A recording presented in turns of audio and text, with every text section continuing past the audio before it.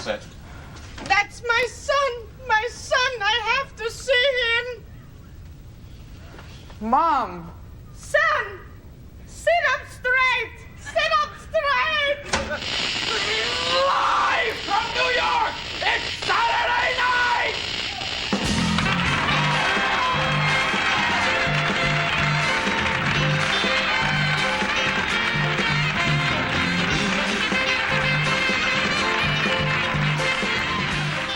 Yes, hello and welcome. This is Not Ready for Season 6, where we discuss the off-the-line 6th season of Saturday Night Live. We want to know if it had promise, if it's as brutal as some people have said, and just explore some of the nuances that make this an interesting transitional season of Saturday Night Live. Joining me, my tag team partner, my co-host on Pop Culture 5. That's a mandate from Brad Robinson that we have to mention Pop Culture 5 as much as possible. Right.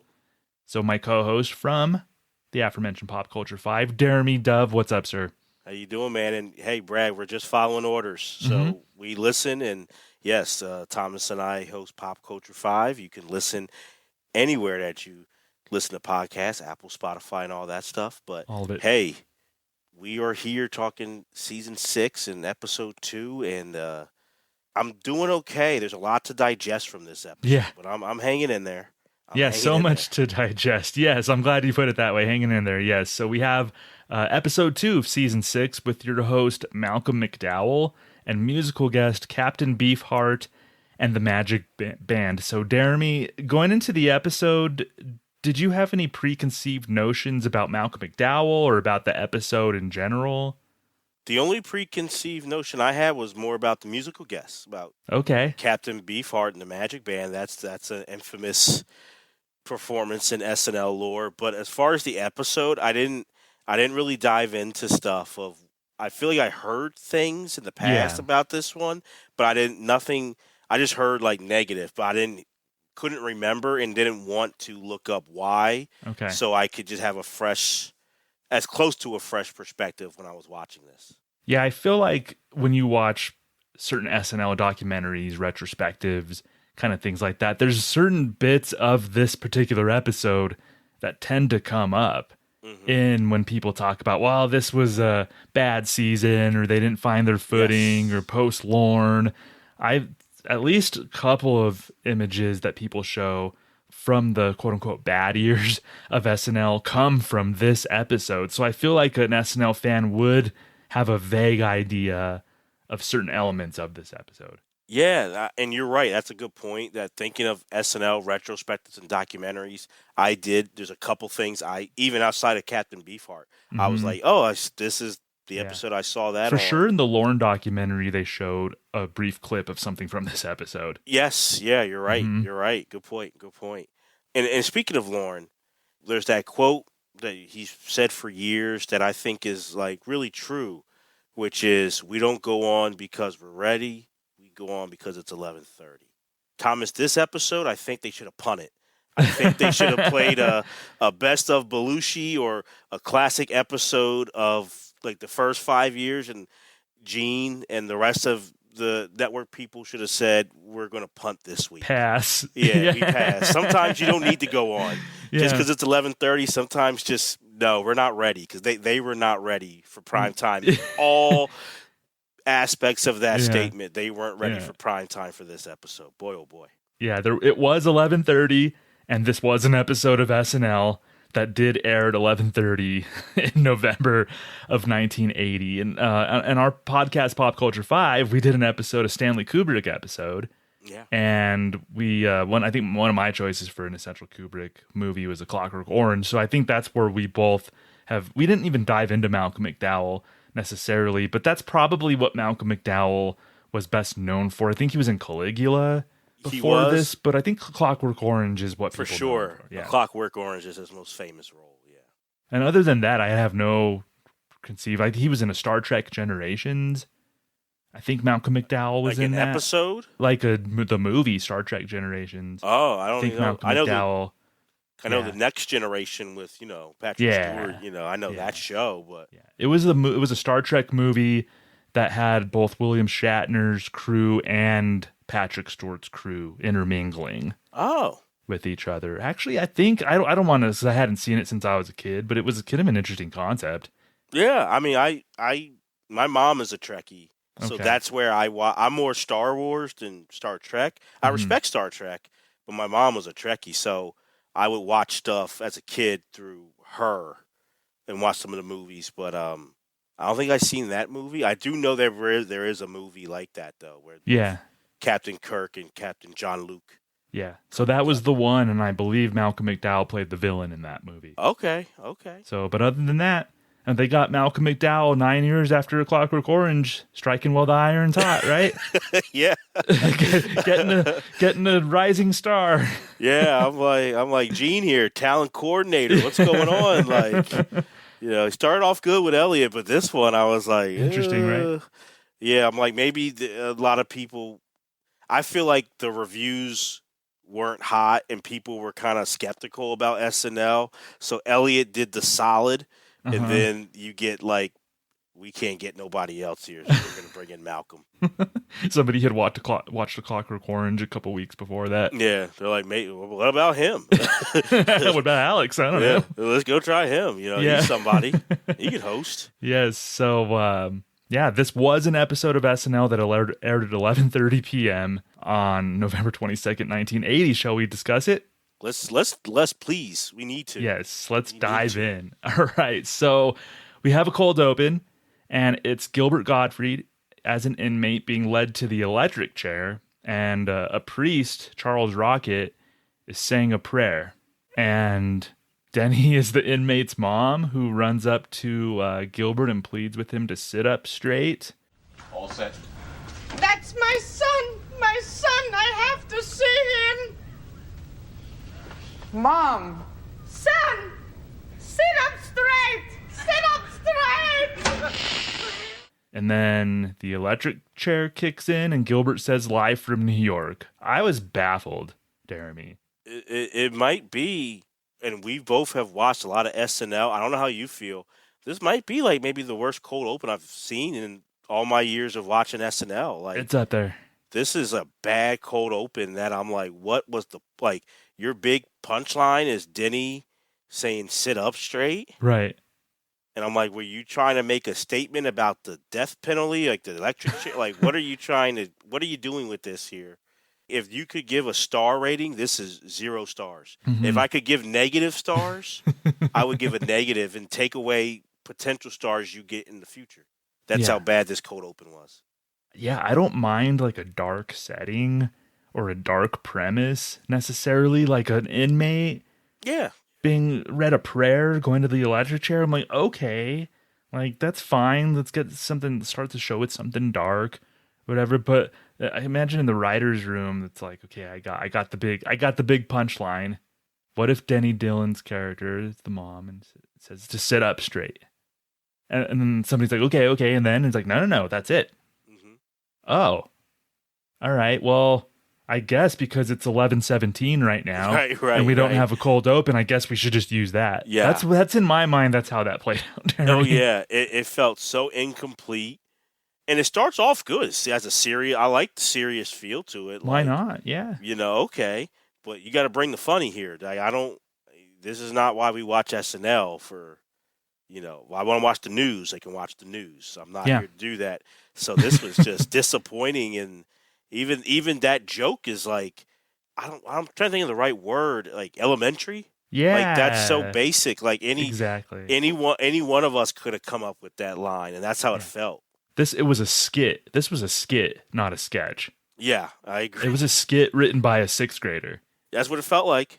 That's what it felt like. And for a 6th grader, I'd be impressed. Yeah. I'd be like, not bad. Not bad. Exactly. I wouldn't think it's like, I wouldn't be like, you're on your way, kid. I wouldn't say that either. Mm-hmm. But I'd be like, okay, you got a different mind. Something there maybe with your thinking. I'm not even, and 6th grade is right. Because in high school, I'd be like, this is not good. I'd be like, I would take this back, do it again. And it's like you wrote it 3 minutes ago and just turned it into. Yes. Yeah. This was. I'm sure there's other big SNL fans and historians who might throw out something else, but for me, I don't remember watching a cold open this bad. Yeah. Yeah, pretty bad. So last week we liked the cold open. Yeah, a lot. Then there was introduce the cast members, have this whole callback to one of Elliot Gould's movies. This one, just a strong thumbs down. So I was trying to glean something out of it, but I just can't, Jeremy. So No. rocky start to the episode. It was rough. Yeah. I was like, oh boy. Very rough. So Gilbert says live from New York. They start. So we got our monologue. And as we mentioned, Malcolm McDowell is your host. And he talks about how he's married to an American citizen. And the English have to have a work permit if they're allowed to work here. Now, to get that permit, you have to have a job and prove that you're the best person to possibly do that job. Now, it's not enough that I'm married to an American citizen and I'm about to become the proud father of an American child. Oh, first of all, do you know who he was talking about, Jeremy? Mm-mm. Mary Steenburgen. Oh. Yes. They were married. They were married. They started dating in like 1978, I think, and they got married just a couple months prior to this episode. So like a newly married Malcolm McDowell and Mary Steenburgen. Mary, and then she later on marries Mr. Ted. Ted Danson. Ted Danson, yeah. Yeah. Who he was probably not famous at this time, but Ted Danson might have been a better choice for host than... He definitely would have been a better host. Yes. But yeah, so he's talking about he's married to an American citizen who's Mary Steenburgen. He gets into this story about a work visa. It's what was It was terrible. What was going on here? It felt like they had no idea, so just talk about your life, Malcolm. And I think this was like really something that he did go through, but it felt like he was just giving an anecdote of, it's like if I called him on the phone, what you been up to? I haven't talked to you in a while. And he's telling me I got to get a work visa, like to stay in the country. It's like, oh, really? Okay. Which could be, for a phone conversation, could be interesting, right? Yeah. For a monologue on SNL, it's awful. Like, awful. Like, this was one of the worst. I'm like, there's no jokes really, besides like at the end, him saying he's doing this show to get a new permit. But we went through so much babbling and stuff. You're like waiting for like, when's this story going to turn? Right? Yes. And I kind of thought, just like last week's monologue, really for this week, even more so, get some of the cast involved, like have him interact with the cast to take the pressure off of him, because this is just bad. Like this is another no stars. Yeah. And you got crickets from the crowd too. You did. They didn't know, because I think the crowd was sitting there going like, okay, the story's gonna go somewhere. There's gonna be some joke or some twist. But it was really just a writer meeting with Malcolm McDowell earlier in the week, being like, all right, so for your monologue, did you recently have to run any errands? And then Malcolm McDowell is like, actually, and he's like, perfect, let's do the visa story. If he would have said I had to go pick up my dry cleaning, that would have been the monologue. I think so. And I think the only thing that maybe the writer expected and Malcolm didn't deliver is maybe they had Malcolm practice to tell it funnier, because he told it like he was just talking about, this is what I've been up to. Like, he didn't even tell it with like a pizzazz or charisma. You wouldn't believe. Yeah. It was just like, so this is what's been going on. And, I have my American wife and we're going to have an American child. Like, it's just like, oh, matter of fact, like, I wouldn't care. Like, if you'd have name-checked Mary Steenburgen, that would have been the most exciting part of the monologue. Absolutely. I think the most exciting part was like the congratulations, you're going to be a dad, or I don't know if he just had the child or they were going to have the child. So like that's like which is not what it's just saying like I would to a stranger if I hear like we're expecting. It's, oh, congratulations. Like that's the most you got from me was like, 46 years later, congratulations, on that child. Like that's all I got for you. Yeah. These monologues, even Elliot's, haven't been hitting. I don't know what if they just don't care, if they just think a monologue is a throwaway, but it sure seems like it. You could be right. They think it's a throwaway, or there is a specific, just like a cold open, a monologue, like weekend update. Like it takes a different writing skill to do those. And maybe, I don't know if they have the people there to nail a monologue, because like that's not for everybody who's like a sketch writer for SNL. Some people can nail it. Some people focus on Weekend Update or a monologue, and I think they don't have a person, or they're just not caring about it, like you said. Yeah. So 0 for 2 on monologues, 0 for 2 with the segments tonight. Going in, this what is widely believed to be one of the worst episodes of SNL. And so I'm trying really hard not to have that on my mind when I watch this, just kind of take it all in objectively. But, rough start. So after the monologue, we go into the first sketch of the night. It's an episode of Mutually Omaha's Wild Kingdom. And the title of this episode of Wild Kingdom, do you want me to say it? I can say it. In Search of the Negro Republican. Say, how about those Steelers last Sunday, huh? Actually, I don't care much for football. My wife and I went to a concert. The, Isley Brothers? No, the Carpenters. Yes, and so my immediate thought when I saw this was, oh no, but then I'm like, okay, could there be some social or political commentary to be had if they do it right? So then I was just like, okay, let's see. I had never seen the sketch before, so I'm like, let's see what happens, Deremy. The only thing I knew about this sketch was something that is special to me because I love this guy.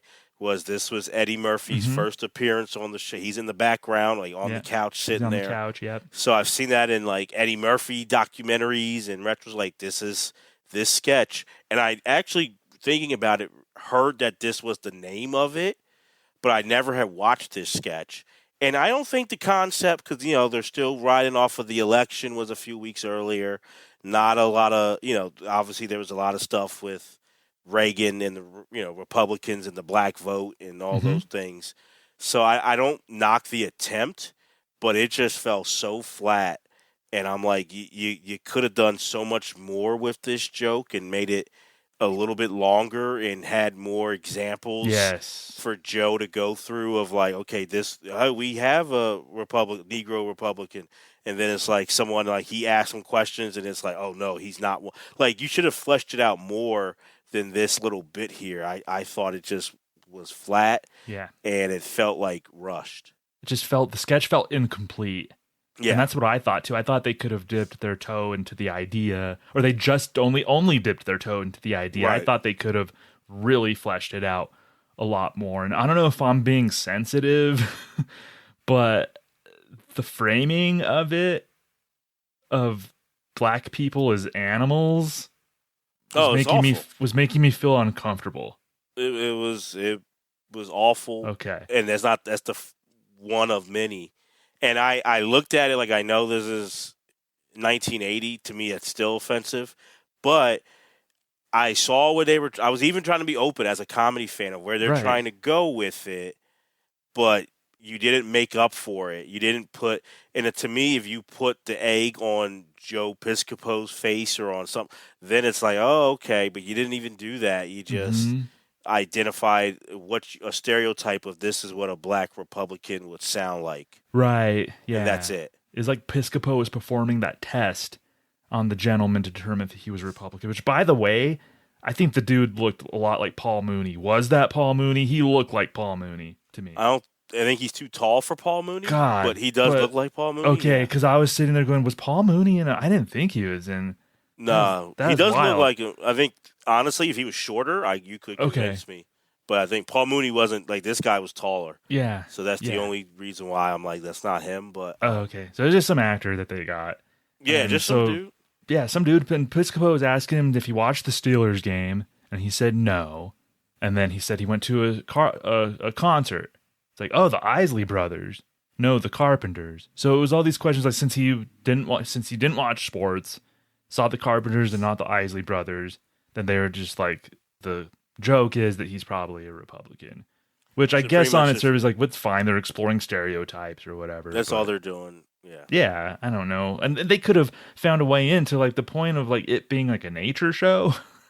That you could find a dozen ways into that premise rather than doing like a wildlife nature show like they did. That was a weird way into that premise. Yeah, it shows why when I would talk to people, black people of a certain generation, and I know I just said like Eddie Murphy, this is his first appearance. It took like this current generation, like in the 2000s, 2010s, I met other black people who watched SNL, and it's for stuff like this. Whenever I ask people, my parents' generation or Gen X people, it's like black people are like, I watched Eddie Murphy when he was on there. That was it. I didn't watch SNL, and it's for things like this. It was very just tone deaf and prejudice, honestly. Yeah. So strike out on the first sketch, maybe a germ of a possible angle that they could have done more cleverly, and they just didn't decide not to do that. But we see Eddie Murphy appear for the first time. That's the only noteworthy thing about this. So he didn't say anything, but he was there on the couch. So Eddie Murphy officially has been on the show. I love it. All right. So next we go to Tobacco Growers of America. So Gilbert Gottfried plays a representative from the Tobacco Growers of America who is trying to dispel the idea that tobacco causes lung cancer. And in the belly, we have 100% pure tobacco straight from the earth, Mother Earth, where flowers grow and children frolic. And people think this kills. This is a delicate object. Which to me, I think that's actually a really good premise.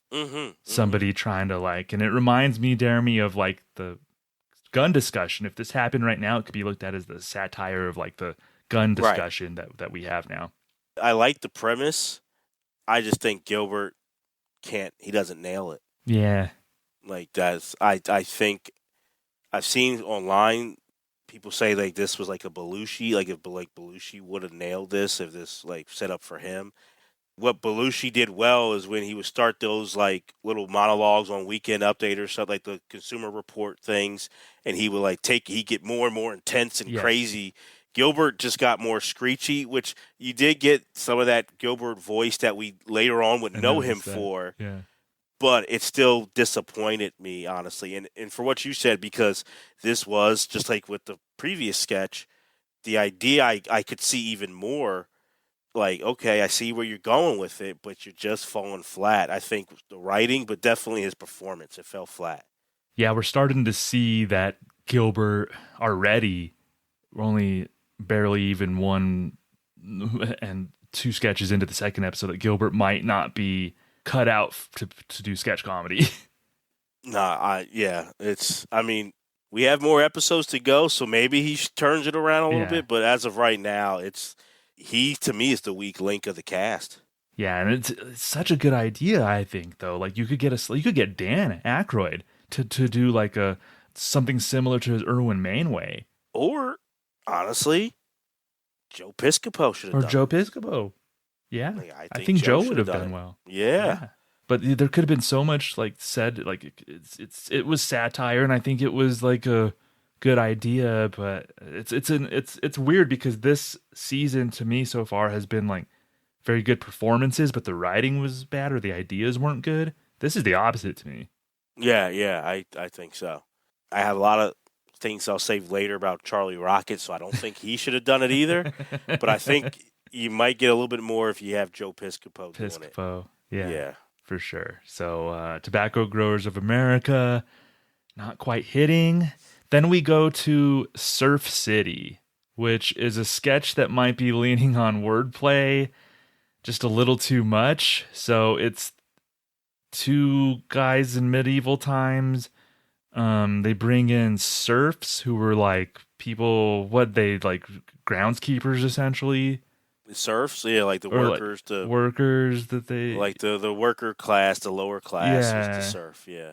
So, Deremy, the oh so clever wordplay joke of they're called serfs, that's SERF, but you wouldn't believe this. There's also a word surf that's SURF. So there's a play on that, Deremy. Well, first, you place yourself down on the ground on his stomach. Now you stand on his back and try to keep your balance while sexy wenches tickle us with large feathers. It sounds like it could be fun. The thing is, I kind of laughed a little bit because it's like a dad joke. It was so corny. It made me laugh a little bit. And them doing when surf's up, that means his time is up. I think it might be my favorite sketch of the night, honestly. It doesn't say much, but I think, like, if I had to give it, maybe 1.5 stars, 2 stars out of 4, because it's just kind of corny. But sometimes corny can work, and this worked a little bit for me. Okay. I'm looking at my rundown. It's maybe in the top 2, maybe of the night. But that speaks more to the night than it does the sketch, I think, because it's another kind of one of those where this is another one where it sounds like a fake pitch in a Monday pitch meeting a little bit. Yes. What if surf, but the other surf? Because it's like a cast member goes in and is like, oh shoot, I don't have a pitch. Think. What could I pitch just to pitch something? So this is what that sounded like to me. But the dad jokes, like I am a sucker for like dumb dad jokes, and just the dumbness of it all maybe made me chuckle a couple times. And if a sketch tonight made me chuckle a couple times, baby, it's top 2. Yeah, this is my number 1 for me. Okay. Like, it had me a couple times laughing because it was just so corny. And I think, to like what you said, I'm like, I would love to picture being in, like, the writer's room and they're pitching this and someone go, yeah. And I'm like, what? So, like, all that made it funny to me. That's and, like, true. Not the best way, not the way you want to get laughs, but you did get some laughs. So I can give it 1.5 to 2 stars. Okay. They did play surfer music at the beginning of the sketch to let you know that they mean the SURF surf. Not that, because how would we understand it? I wouldn't have known otherwise. I've been lost, I'd have been so lost. Boy, yeah. oh boy. So that was Surf City. Next sketch, which I kind of did like the concept of this sketch as well, but there was one big problem that I'm sure maybe we both had with this sketch. But we have the White House, which it's set in the White House. So we have Denny coming back as Amy Carter. Amy's new parents are Ronald and Nancy Reagan. They've adopted Amy Carter. The bombs were dropping! Little white American children were burning! Oh, Amy, sweetheart! You just had a bad nightmare. You dreamed about nuclear proliferation again. And honestly, Deremy, I think there was something there with the premise. It's like, what if the Reagans, they're new to the White House, what if they adopted the Carter's daughter too? Let's see where that could go. Yeah, it wasn't bad, the premise. I'm grading on a curve, man. Yeah. The premise was okay. It's one of those ones that it's not like I wouldn't go like that, but I wouldn't be like, what? I kind of be like, okay, give me more. If I was in the writer, I'm like, give me more with this. Where are you going? And from what I see with this sketch, that person didn't have more. Because Denny has some funny lines because she's, to me, a good performer. Mm-hmm. But the sketch stunk, and Charles Rocket was just, I know why they didn't use him to do Reagan, because he couldn't do Reagan. So they had no one to do Reagan. It was terrible and awful, and I'm like, he should have just held the paper in his face the whole sketch, and just like just go or make sounds, because awful. We could have done a better, and I don't like to say that a lot, but I think you and I could do a better Reagan impression than what he did. Well, one, yes, you're right, Charles, the voice, and he was going for some mildly shaking, tremoring kind of thing with his Reagan, which I guess maybe, did Reagan do that in 1980 already? I maybe? didn't think so. I don't know. I mean, maybe he did. I was kind of surprised to see that too. I'm like, I didn't think you noticed that, like, before his first term even started. Right, yeah. So Charles didn't nail the voice, but also makeup and costuming. They didn't try one iota to make him look like Ronald Reagan. He was just Charles Rocket. Mm-hmm. Yeah, and that might have worked with Chevy Chase, because Chevy Chase, it was just a different thing. It was more about the pratfalls and all of that stuff. So with Chevy Chase is Gerald Ford, but if you're doing Reagan right here and you're trying to do the voice and you're not doing some sort of physical thing necessarily, I mean, try to make him look like Ronald Reagan. He's just sitting there as Charles Rocket doing, like, it was weird. And that's the biggest laugh that I got from this sketch. is I laugh because they made no effort to make him look like Ronald Reagan, and that actually elicited some sort of laugh from me. It was more like, it's really, I mean, I'm like, it's really this bad? Like, it's just terrible. Yeah. And Gail didn't really give me the Nancy vibe. She was better than Charles, I guess, by a little bit, but she was bad too. Yeah. I like Denny talking about like grits. That made me laugh. Exactly. I don't like grits. Yeah. Like, I love grapefruit. I always hated grits. Like that's kind of a dig at like the Southern. Now she's not Southern anymore. Now she has this new identity. So I kind of saw what they were going there with. And then when I guess it was one or both of the Carters called and Nancy answered and she was talking to the Carters about how Amy was doing and she's eating her grits and trying to still put on the facade that Amy, like I kind of maybe saw that where they were going with that, but so I would say in the context of this episode, it was decent. I almost wish they would have cut all right, take Reagan out, like Charles not being it. If you want to have Gail and Denny, Gail being Nancy, and they talk for a little bit, like they over-explained it to me where I got the concept she's living with them now because the Carters lost. Cut that like in half or by 70% and get to the phone call, I would like it more. Yeah. Like the too much in the beginning of them interacting and made it bad to me. Yeah, because by the time like the phone call was a good idea, but by the time we got there, I think people were just ready for the sketch to end. Yeah, I was done. I was done because they just went way too long, too long. And honestly, the way Charles Rocket played Reagan, you don't need him. And honestly, it would have been addition by subtraction because he was that bad. He showed no effort. He honestly, he shows me that he didn't pay attention to the election cycle. And he just heard like Reagan's older. And so nothing about what he did showed me that he had an idea of what Ronald Reagan does. Yeah. Honestly, that's how bad it was. There was even no thought to try to make him change his hair, put a wig on him at least. The demeanor that like he gave like a gruff kind of thing here. Yeah. You know, I'm like, that's not how Reagan portrayed himself and everything. Yeah, like was it's like just America's grandpa, like the nice grandpa that you like, that's how he tried to portray himself. And that's why I'm like, this is not. And I'm not even thinking about like what Phil Hartman did, which that made sense, where he would portray the grandpa in front of the cameras or in front of other people, and then behind the scenes was cutthroat. That's not what he's doing at all. He's just Charles Rocket, like you said. That's all I got. He's not doing anything else. It was terrible. Yeah. Terrible. Sorry, Charlie Rocket. So next we have a segment that Deremy and I both liked the concepts last week. Yes. It's another short shot. So last week we had Jonathan Demme was like the big name that we had last week. But they did 2 short shots last week, which is short movies, short films by known directors who make like feature-length films. That's the concept. So this week it was a film called Showdown, and Malcolm, and I don't know if this was true, but he said that it was directed by Ken Friedman, which is true, but he said that this was a student film from NYU, from Ken Friedman's NYU days. Right. I'm not sure either. Yeah, so it was basically 2 cowboys having a close-range shootout over a woman.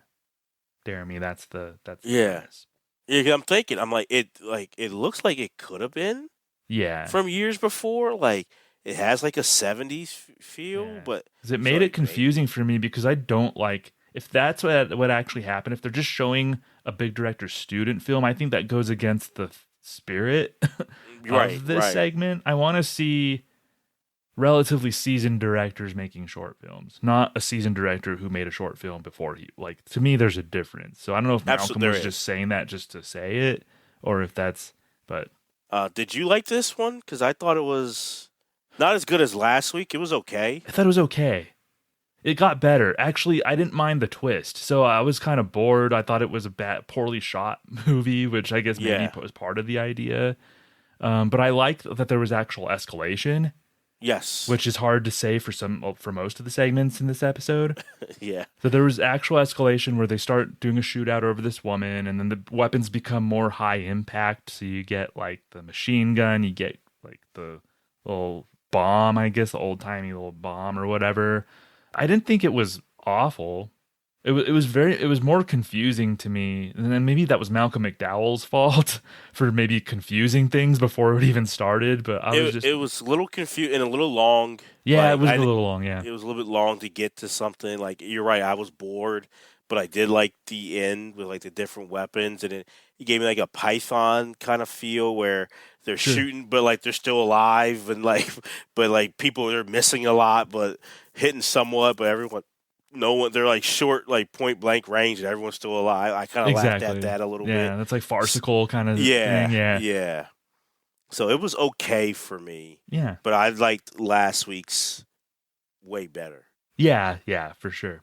I liked, and then the woman tells them that she's not worth fighting over, which was kind of a, whatever, like thud, like maybe like a little kid kind of ending to humor to it, as you had referenced. But I hope they continue. Like I'm serious. I really do hope that like we see the short shots as like a regular segment. I think it's whoever came up with the idea. It's a creative idea. Like they had short like films in the first 5 years, but this is building off of an idea already in your own unique way. So I'm with you. I hope they continue it. I think whoever came up with it, it's pretty smart and inventive, honestly.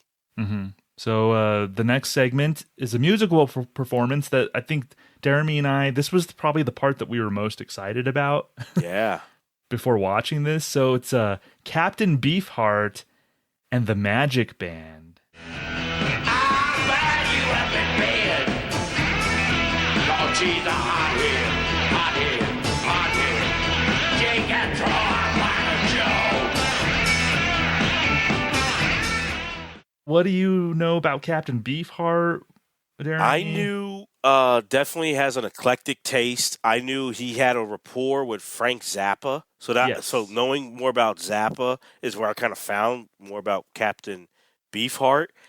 I thought, and these performances confirmed it, which is there's some performers who it's like, man, you got to go see them live to get it. I've always felt when I heard Captain Beefheart, he's the opposite. That if I was live, I probably would get like a headache listening to it. Yeah. But over like on like, a CD or on TV, I kind of didn't mind it. And I didn't really mind his voice. I didn't mind the performance here, but he's definitely in a very eclectic kind of unique taste for people and like a lo-fi kind of sound that he has. Yeah, very much Frank Zappa style. Zappa was his producer on a lot of his albums. Yeah. So they have like a working relationship, and he definitely fits that vibe. I came across Captain Beefheart probably like 15, 16 years ago when I was delving into important albums and trying to like broaden my horizons and whatnot. And he has an album that I like called Safe as Milk. It's his debut album. And there's a song called Autumn's Child that I really like. So that's part of, I need to add that to my 1967 playlist, actually. Yeah. So Autumn's Child, what's that? The song that I know by him the most is like Electricity. Yeah, I think that's from that album, yeah. Yeah, I know that's like, I feel like, I don't know, that his most known song? Possibly. I think that's the one I think I know the most. And he has an album that was actually on Rolling Stone's list, Trout Mask Replica. It's a very weird album, but it's on their top 500 albums of all time. Yeah, I would go with his debut album over that one. Yeah, Safe as Milk to me is the best one. Yeah, I disagree with Rolling Stone. I think it's cool. Like it's almost like I like the attempt, but you miss still like to have him on there. But I'm like, that's the wrong choice. Yeah, Safe as Milk. If you're gonna go listen to a Captain Beefheart, I would do his debut album, Safe as Milk. So the song he performs here is from his 1980 album, Dock at the Radar Station. It's called Hothead. I enjoyed it. I think you're right. It's his voice, his gravelly voice, can be an acquired taste for some, but I think it fits the music perfectly. To me, the song became kind of hypnotizing. Yeah. After a while, it was just sort of like us feeling the groove. Very experimental, which I expected that, so I wasn't caught off guard by any of it. I do like the sauce that guitar player was putting into his playing. Like, he seems like he was having a great time, the guy that was next to Captain Beefheart. Yeah. I thought this was probably the better of the two songs. Mm-hmm. I thought the first one was like pretty good, honestly. Yeah, I like it. And I was like, okay, I knew there wouldn't be a beef from the crowd from this one because it kept you entertained. It was experimental, but not like, what's the word I'm looking for here? It wasn't like kids in a garage band. Yeah. Experimental. Mm-hmm. It was just like, oh, this is unique. This is different. Mm-hmm. It's like you could tell it was experimental, but by musicians who knew what they were doing. Yes, absolutely. Mm-hmm. So I thought this was a good one. I liked Hothead. So the captain was 1 for 1s for me so far with what he did. Yeah, thumbs up to Captain Beefheart. Yeah, definitely. And I don't know, can we say thumbs up for Charles Rocket on Weekend Update, Deremy? I don't know how you feel. I can't. Mm-hmm. I did. I was like, this was awful. Yeah. Like, he was so bad and so terrible, and seemed like he mailed it in, like he didn't care. He was making, I know that's part of live TV, you can fumble, but a lot of mistakes were happening with this that just made it seem like, well, did you go to like dress and do this, or like exactly? Are you literally reading all of this cold? Yeah, and nothing that he said was funny. Mm-mm. There's not a line that I laughed at by him.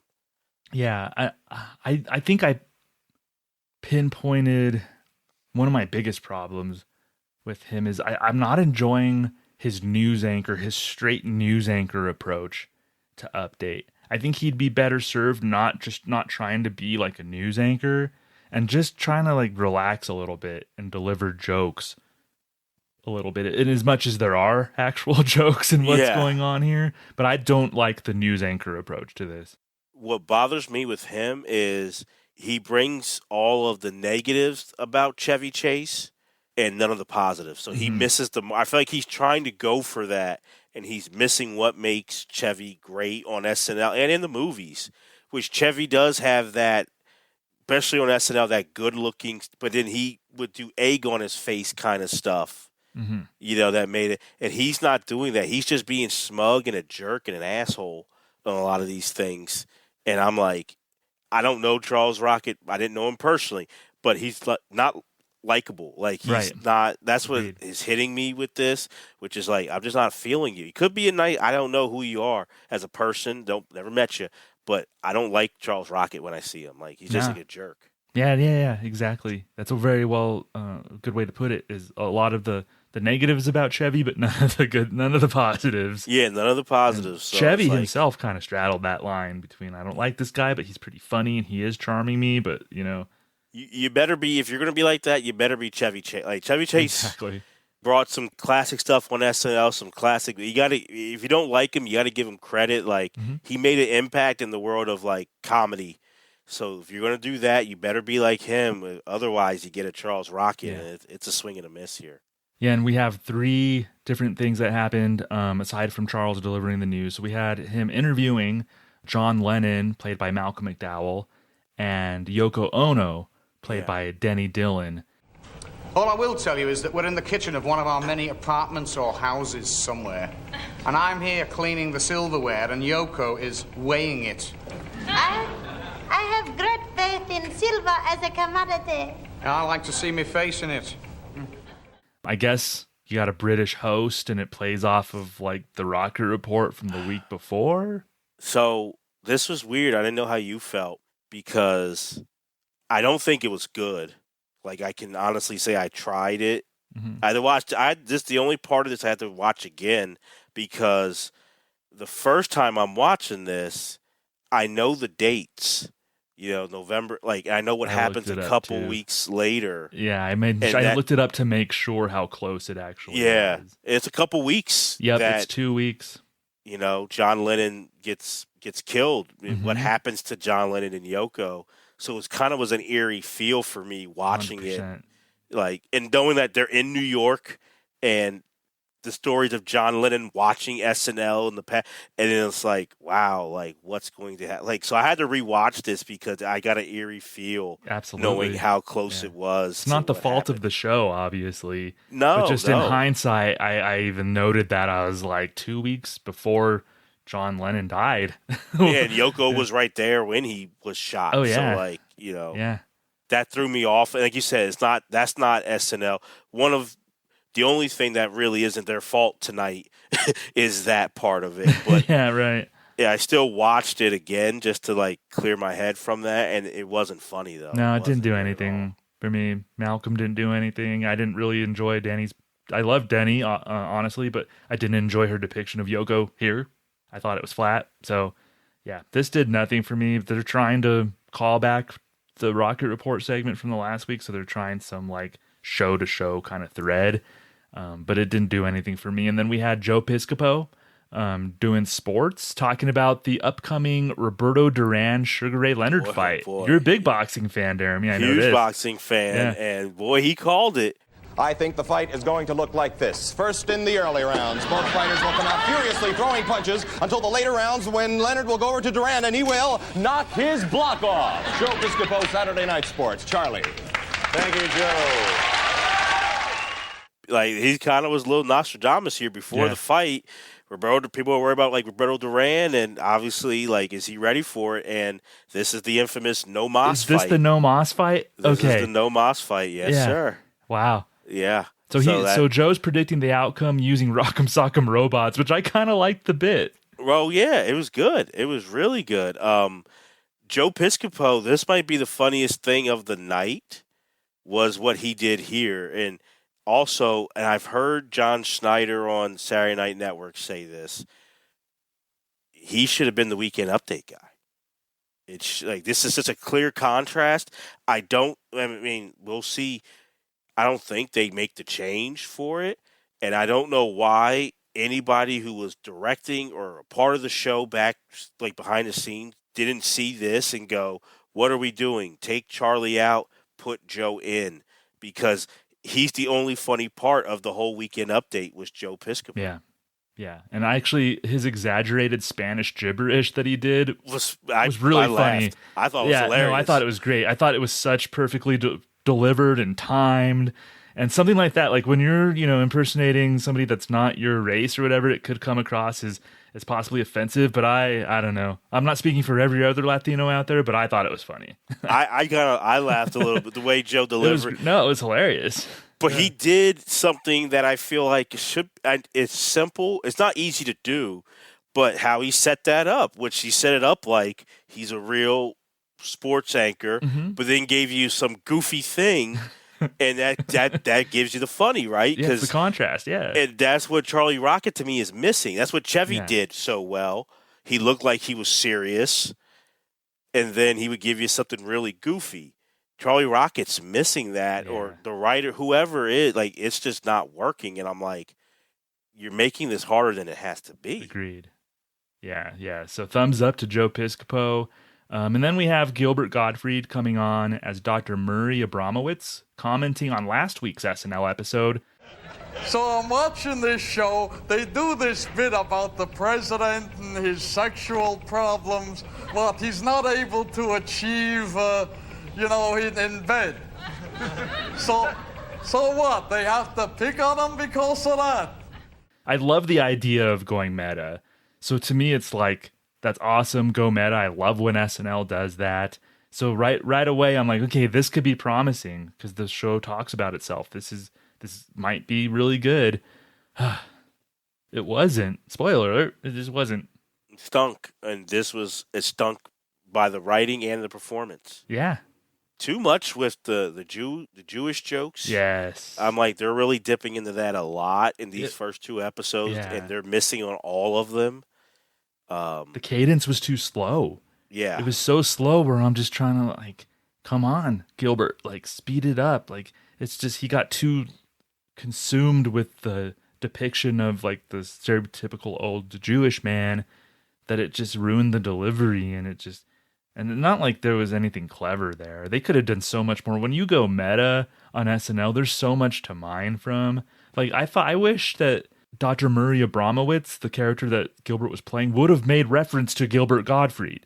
Yeah. Like, yeah, it was right there. Like, Gilbert Gottfried in character could have talked about Gilbert Gottfried. How maybe Gilbert was the only good thing about the, like, whatever. I don't know.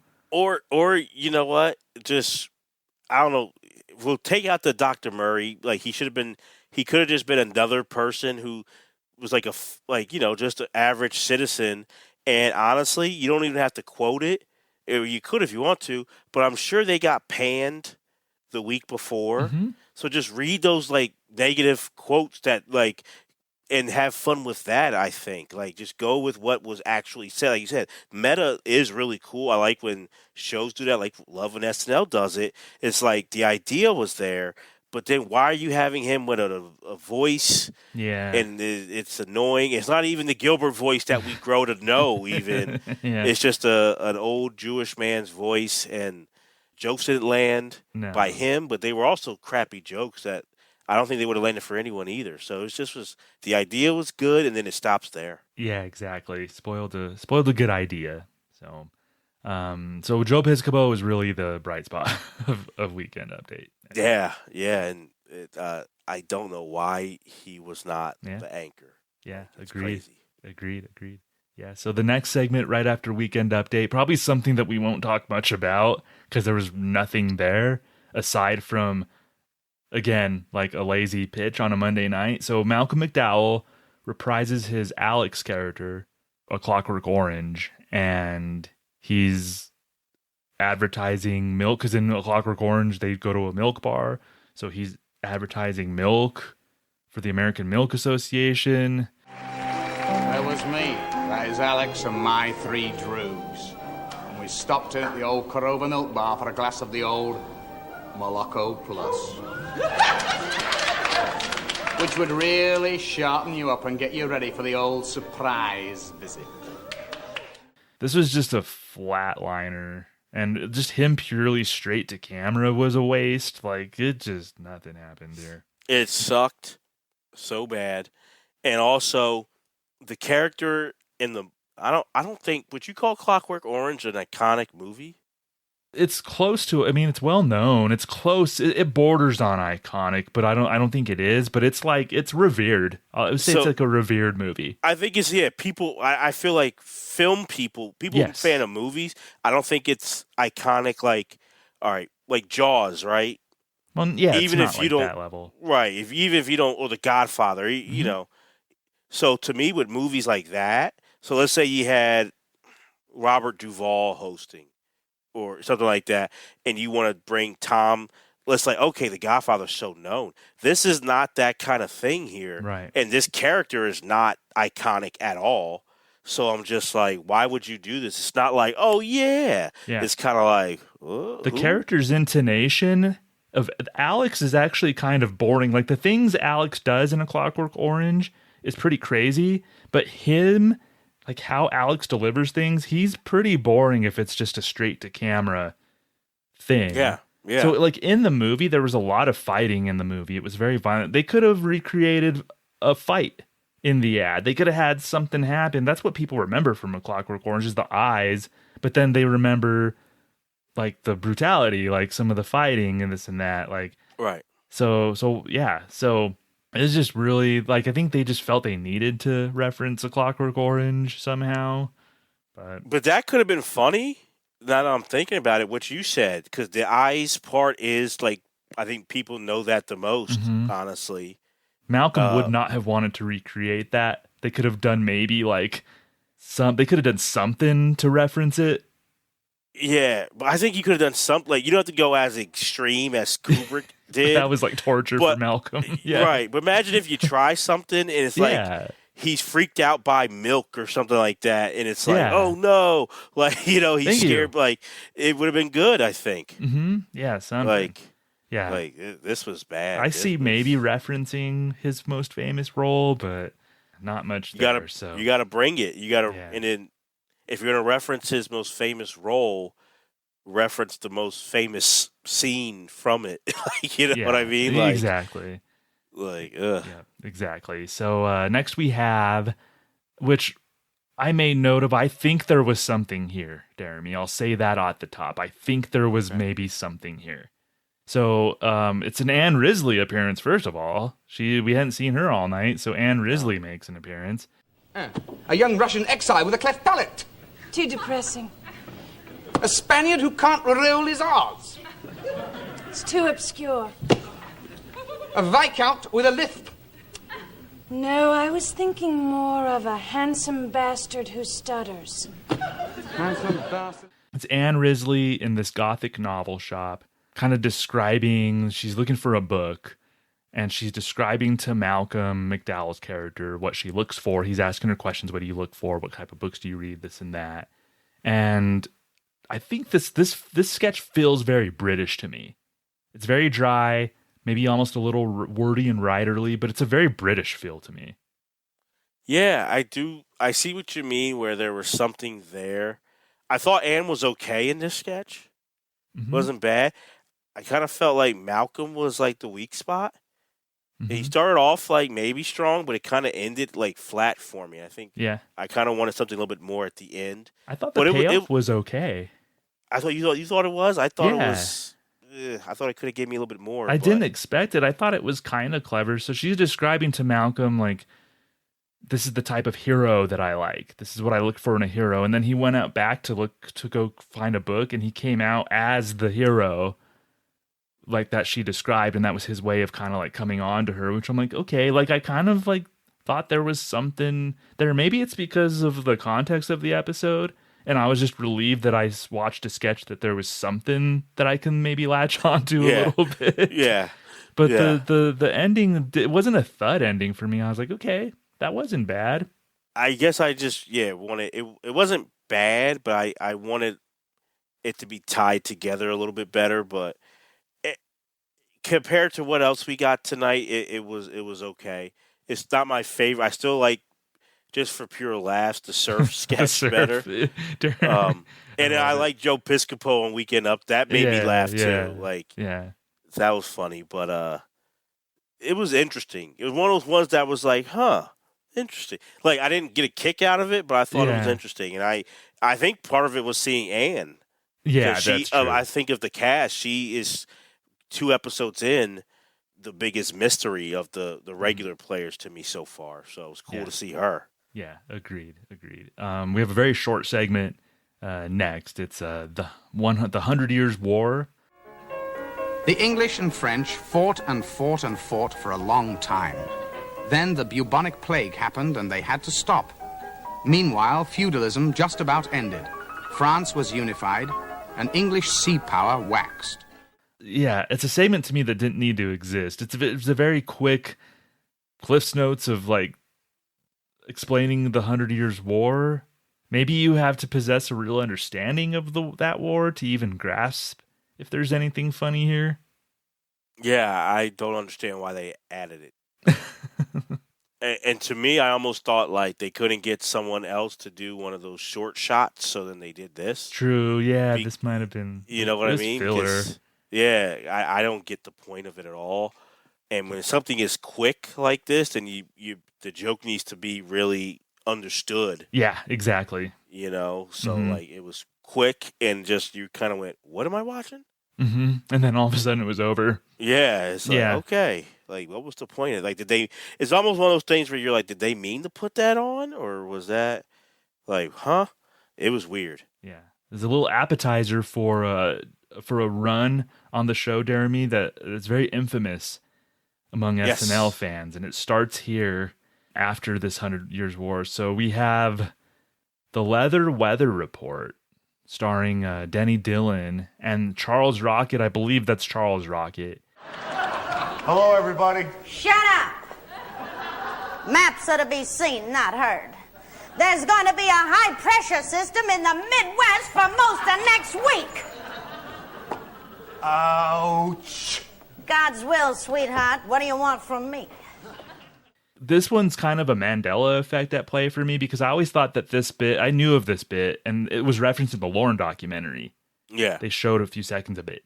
And I always thought that this was an update piece that Denny did. It looked like it. I can see why you think that. Yeah, so I knew this was going to happen in this season, and I was expecting it to happen on Weekend Update.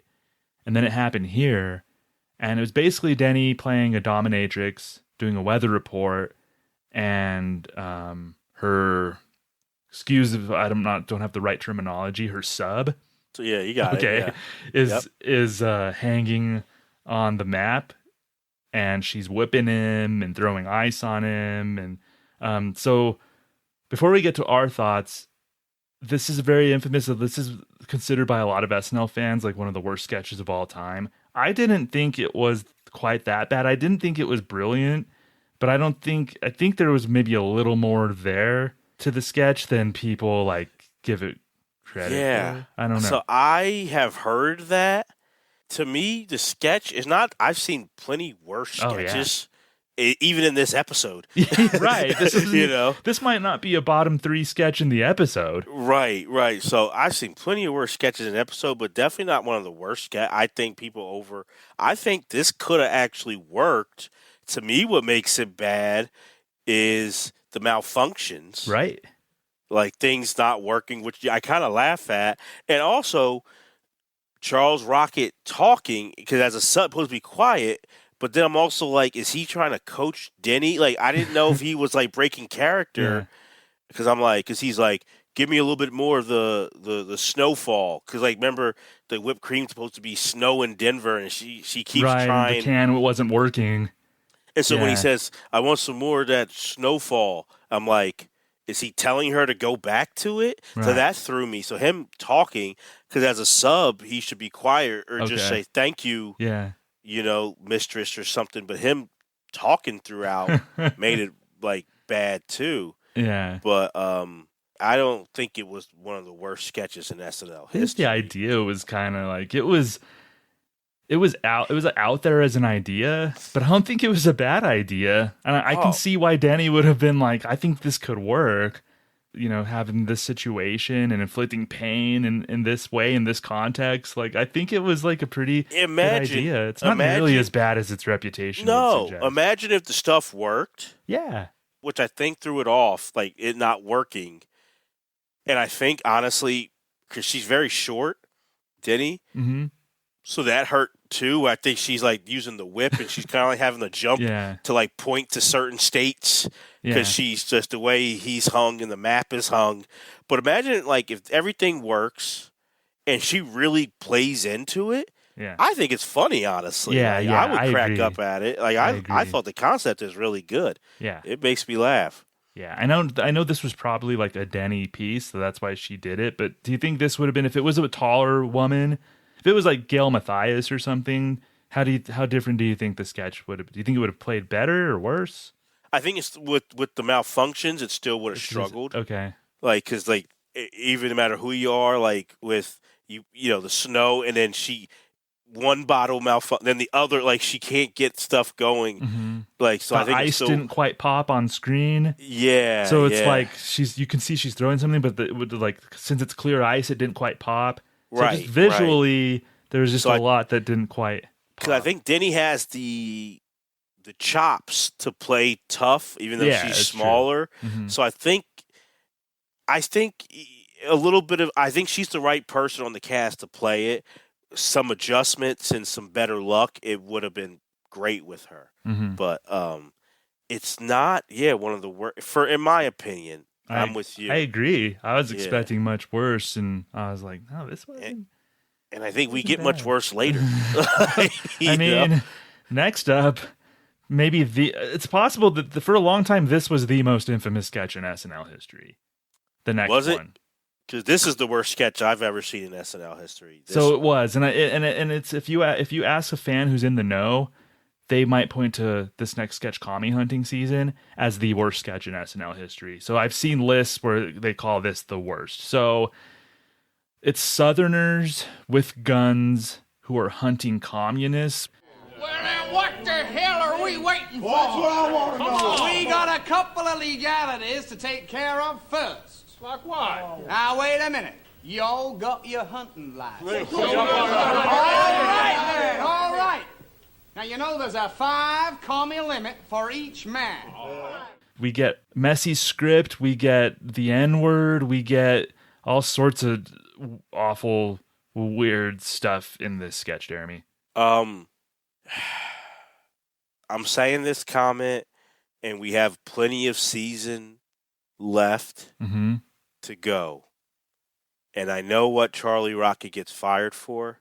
To me, it's like, screw him saying the F word. He should have been fired for this. Like episode 2. Whoever wrote it, or this whole this episode, but that sketch. Yeah, I'm like, that him saying the F word is not the worst thing he did in this season. This is it. It almost looks like it's a pro KKK Nazi pro gun. Like it doesn't. Weird, there's right? no joke on it. It looks like it's like promoting it. Yeah, but it's weird because it's supposed to be a satire of a real incident. So on November 17th, so the week prior, 6 KKK supporters were acquitted for the murders of 5 protesters in Greensboro, North Carolina. So apparently, this is aiming to be some sort of satire of that, but then it was confusing to me. I mean, disregard, I hate to say disregard, but like setting aside the slurs at the beginning. Yeah, plural. Yeah, plural. Shooting the governor muddied whatever message there was to me. It was just confusing. After the slurs were said, it becomes very awkward because Malcolm McDowell maybe missed a cue or something. He was late getting there. So we have a few seconds of just like dead air and awkwardness after the slur. It was the most uncomfortable I've ever seen maybe an SNL sketch. Yeah, I think that those slurs took the crowd, and they're early on in the sketch, and the crowd, they lose the crowd like the rest of the time. Were they expecting a laugh line after that, and then Malcolm comes in? Because Malcolm came in super late. I don't know. I don't know why you would think that would get a laugh line. Yeah, I don't know. Even in 1980, I don't know why you would think that. Yeah. This right here is why I said you should have punted. Just punted the week. Don't come on. You're not ready. You're not ready for this week. Had you never seen this sketch before now? I heard about it. I never saw it. Yeah, because I had seen this sketch. It'd been a while, but when I came up to it, I was like, yeah, Commie Hunt. I remember this one. I remember reading about it, but I don't think I saw this one. Before it deserves the infamy that it has. Yeah, and this is like, let's say we watch the rest of these episodes this season, and we're like, they were getting good. Something like this, it's hard to bounce back from. Right. Like a night like this and a sketch like this, it's going to stick with the public's mind and the critic. Like, it takes a lot to wipe that step. I'm honestly surprised Joe Piscopo survived this. That's this true. One, like, because this is just bad all around. Gilbert was in this sketch too, but he didn't have any lines. He was kind of in the back. And Malcolm McDowell probably wants to distance himself from this as much as possible. But besides just saying the incident real quick, you have no idea that this is talking about a current event. Mm-mm. And that's what I also think is baffling. Maybe the audience. Do you think the audience did? Because I don't know. Like the live audience or the viewers? Like the viewers then, the people who were just watching in 1980. Do you think... I'm not saying it's a you had to be there kind of thing. I don't think that would have made it better, but like...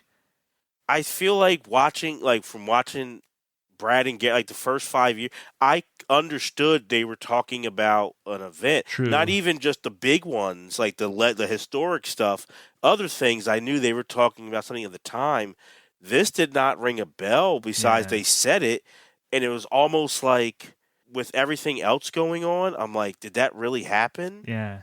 And it felt like a pro-Nazi sketch. So even knowing that they were referencing a real event, it's still confusing and weird to me, like the angle that they took for it. Yeah. Because I think SNL, usually you could watch it from any era and you understand the current event they're talking about. That's one of the great things about it.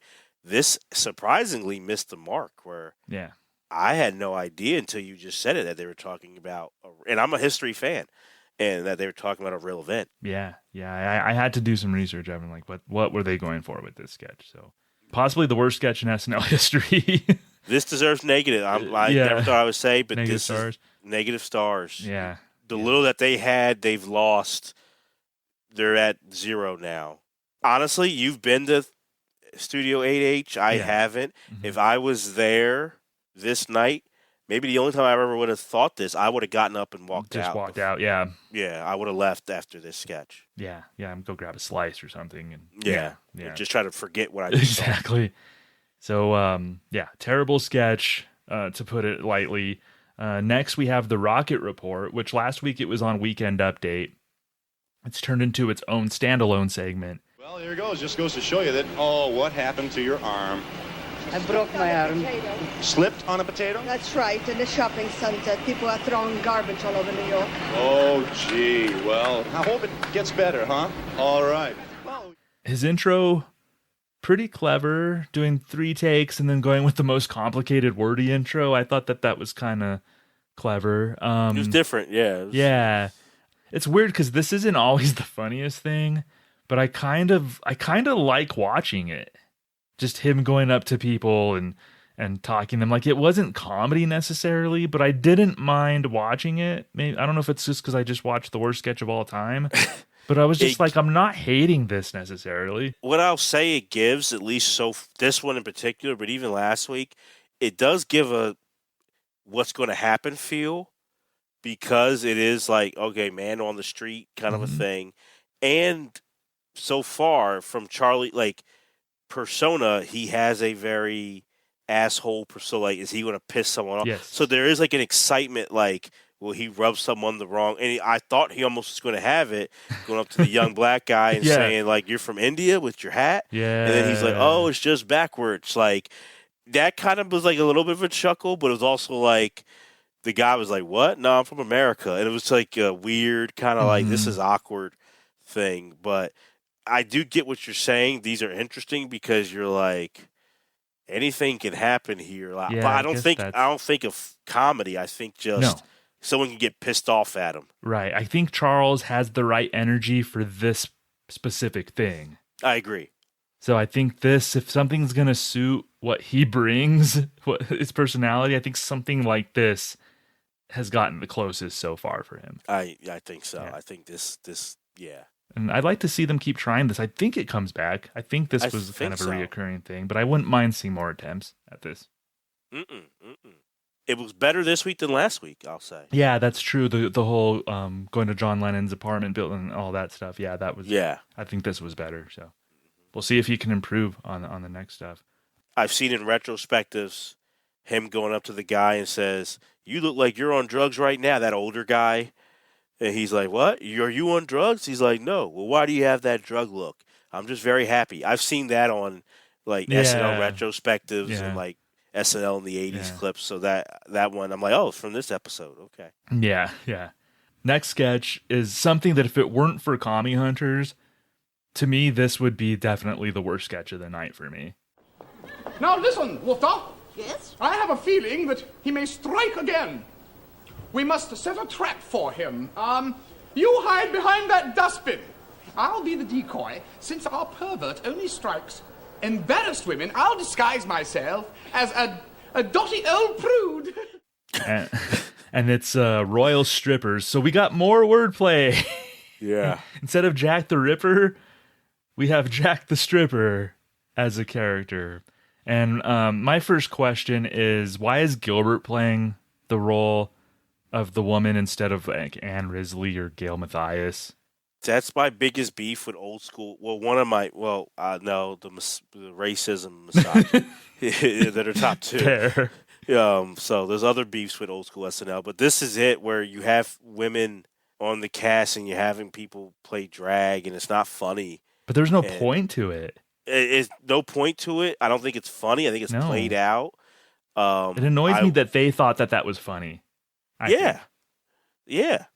I don't. I think it was played out in the 70s and in 1980. It was played out. I don't understand it. And Gilbert's not good. So it's not only do you have someone in drag, you have probably arguably the worst male cast member doing it. Right. So you're bringing it down even more. It's just terrible. I kept waiting for Anne or Gail to pop up. Maybe they're not using Anne or Gail because they're going to pop up and they just needed somebody else. And now they just thought it was funny to have Gilbert and drag, and then the whole idea of Jack the stripper like embarrassing people by giving them lap dances. Like, why doesn't Jack the stripper, why doesn't he just embarrass them to death? Yeah. Like, why if you're gonna do a premise, do a premise. Like, Jack the Ripper killed people. Why can't Jack the stripper kill them with stripping, embarrass them to death? Right. Like if you're gonna do a bit. Like, I don't know. It was it was bad.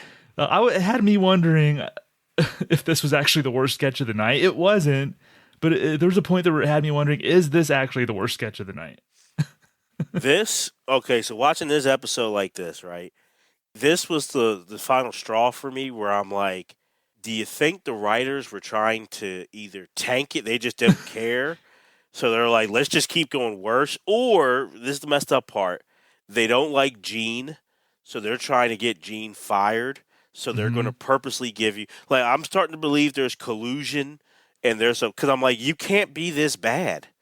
And I don't like to say this about things when you don't do that profession and people are like, I could have done a better job. By the way, this will probably be the most negative that will be this season, I think. But this deserves it. Like, I don't mind being like, it does. I'm negative, but I'm passionate because I'm like, I am confident that you and I, Brad, Gary, could have done a better job than these writers that night. And these are comedy writers. And I don't say that I don't watch other SNL episodes and go, I could have done a better job. I may not like the episode, but I don't think that. This is the first time I'm like, we couldn't do worse than what these guys did. Like, I know that for a fact. We're on par. Probably we wouldn't use slurs, so we'd be better. So, yeah, right. This is so bad. Yeah, and on top of everything else, the sketch looked terrible. Yeah, it was blurry. It was blurry. It looked there's going for some sort of fog effect, and fog of London. Yeah, foggy London town, and it just made the sketch look terrible. On top of everything else, this was another in the long line of like my fake pitch category of sketches. Like, this was somebody's fake pitch that got on the air. Yeah, I really do think like they're trying to sabotage Gene or something, because who thinks these are good? Yeah, it's wild. Oof. So. Jack the Stripper. But then we get something that I actually did enjoy. Another musical performance by Captain Beefheart and the Magic Band. And it's the song Ashtray Heart, the second song from Doc at the Radar Station from that year. Each pillow is counted like a rock. The mother-father figure. Somebody's had too much to drink. Should your mother hold your navel? I like the funky instrumentation of all of this, and I think Captain Beefheart's performing and singing with conviction and stuff. So I did enjoy this. I know there was an infamous moment. The clarinet part, it was bad. I could have done without that, but I wasn't totally mad at it. But I did like the funky elements before the clarinet. It's not as bad as I thought it would be. Do I think it's bad? Yeah, because this the whole performance, or just that part? Oh, the whole performance. Oh, okay. I think the whole performance, because I'm not going to say you can't still tell that they're talented musicians. Yeah. But unlike the first one, where it was like they're talented but they're trying something different, there was a few like not smooth cuts, and it kind of was like they're messed up a little bit, and it was like they weren't in sync as well, and it seemed like they were kind of confused. That made it like, if they were smoother with it, I think I would have been better. But it just seemed like, which is part of live performing, I get that. But I don't know if the people, the guy who said shit, do you think, watching this episode now, do you think that's because of they had just seen so many bad sketches in a row, or do you really think it was a musical performance?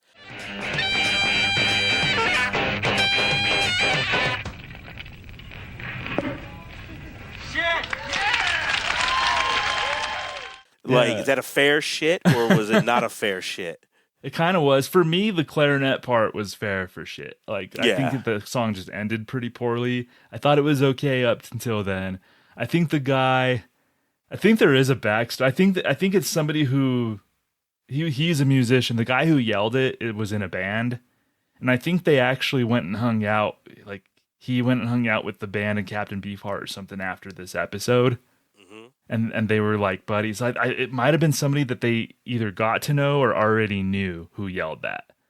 So I don't know. Like, I wish I knew why he yelled that. If he was calling the performance shit, or if he was just like, yeah, shit. Like, I don't know.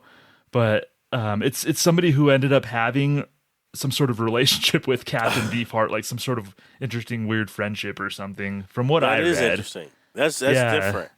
But it was a musician who yelled that out. He was in like a local New York band. Okay, because the I guess the version we watched, it seemed like Comedy Central kept it in there. They did.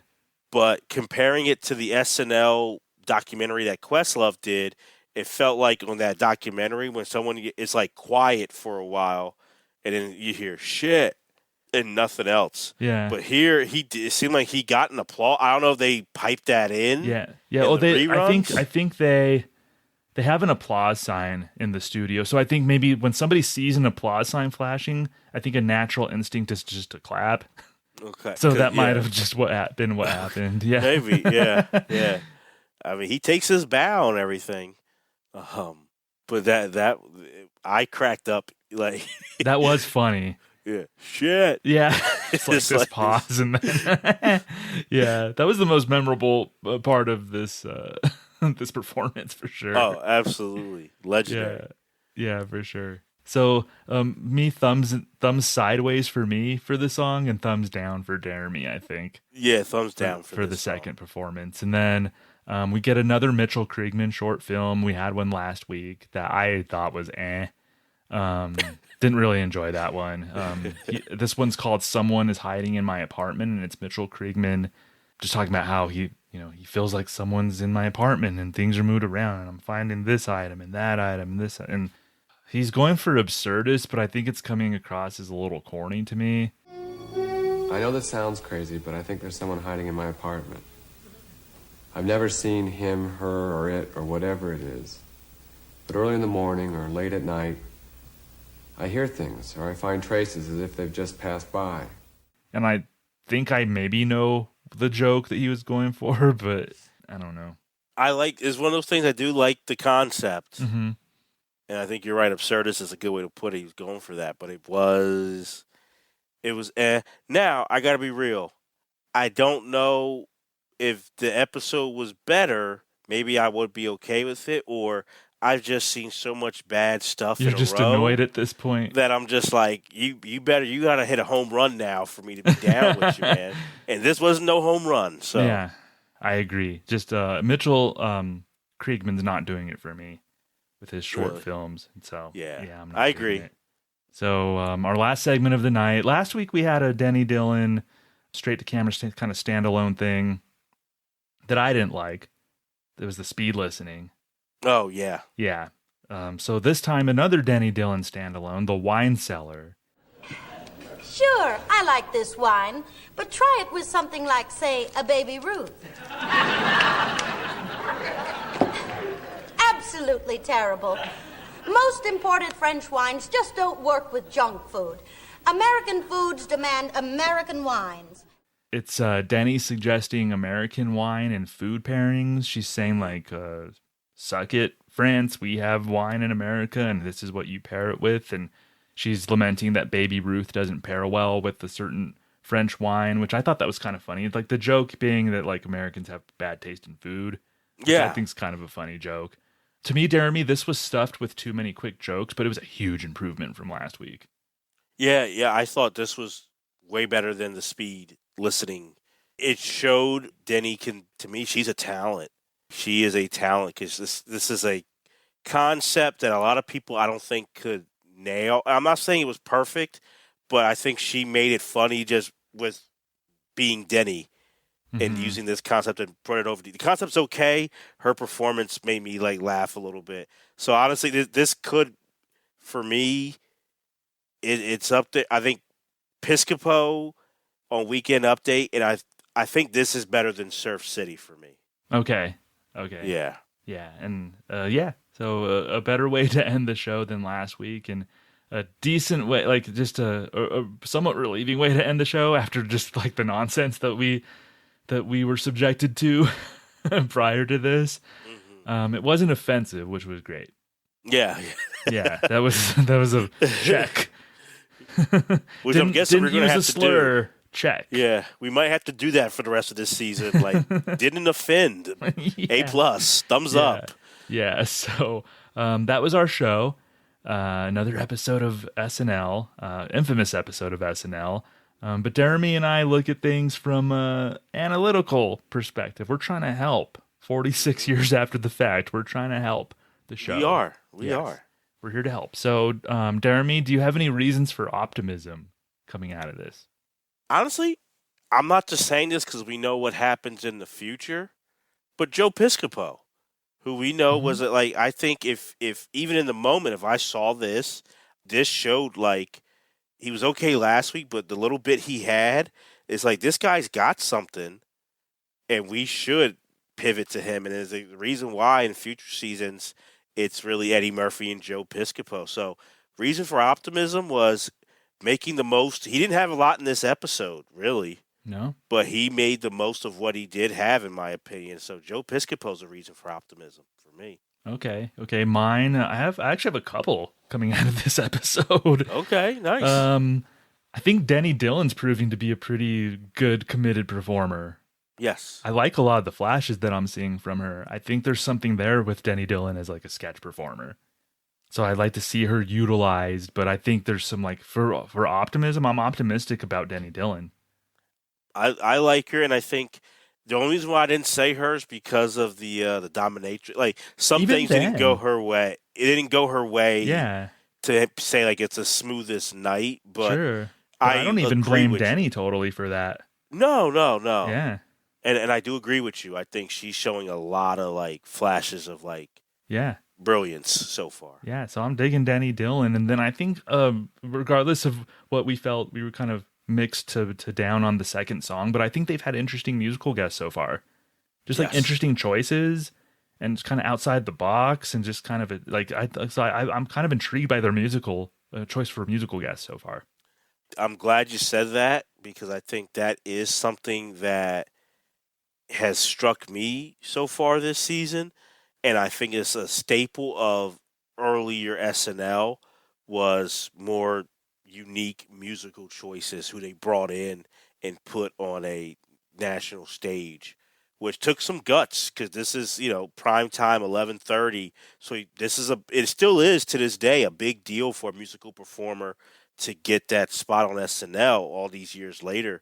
But especially back then, to take that chance and not just get who has a top song, it's getting some real eclectic people. Captain Beefheart was not a Billboard staple. So Yeah. I think it's really cool. Yeah, for sure. Areas of improvement, my man. How much time do we have? No. Yeah, really. Writing, directing, the acting, everything to me tonight needs improvement. Yeah. There's no one. It's like no one gets left off the coach's film tonight. Like everyone has even a Denny section. and even Joe. Yes. Like you all need to be part of this coaching film session here. Yeah, everyone needs to sit down, and this is a long one. We might have to take breaks for lunch and then come back. This is one where if I'm an NBC, I don't know, Fred Silverman, like I'm making a special trip to 30 Rock. Mm-hmm. We need to have a come to Jesus meeting. Yeah. For this. Yeah. Like it's bad. Yeah, so that's a lot of areas of improvement, but I in my opinion, they can only go up from this. I think. That's true. That's true. So, I don't think you can get worse. This is the Nadir Valley of the You know season. what? Hopefully, You're right. You're right. If there's a positive, it's like I really don't think you can do worse. Yeah. Like I do think this is by far the worst SNL episode I've ever watched. It might be. Yeah. Like. Yeah, I don't think there's the a close Steven second. Seagal one was bad. The Paul Reiser one in season 20 is up there And for me. I think that's bad, but I think that's better than this. Yeah, it might be. Season 20 had a lot of bad episodes. Yeah. But none like this. MC Hammer one. Not like this. Yeah. This is the worst. And MC Hammer's bad. You're naming all the you're giving all the greatest hits. Yeah. Like you're right. They're all bad, but that's how bad this was. This was true. painful to watch. Like I said, I don't think I would have walked out of MC Hammer. I would have been disappointed. I would have stayed. I would have walked out of this one. Mm-hmm. I would have been like, I would have been like, Thomas, you ready? I'll meet you outside. I can't. No, enough's enough. Yeah, and the Deion Sanders one too. I was thinking of. That might be my number 2. Yeah, Deion Sanders. Deion Sanders was really bad. You're right. That's really bad. Yeah. So we're hoping. Yeah, I think we could go up. I think Charles Rocket is an update anchor. Just drop the news anchor act, deliver the jokes. If he's gonna be the one to do it, just drop that, and then utilize Joe, Gail, and Ann more. I want to see people who have maybe some potential. Gail showed it with the Vicky character.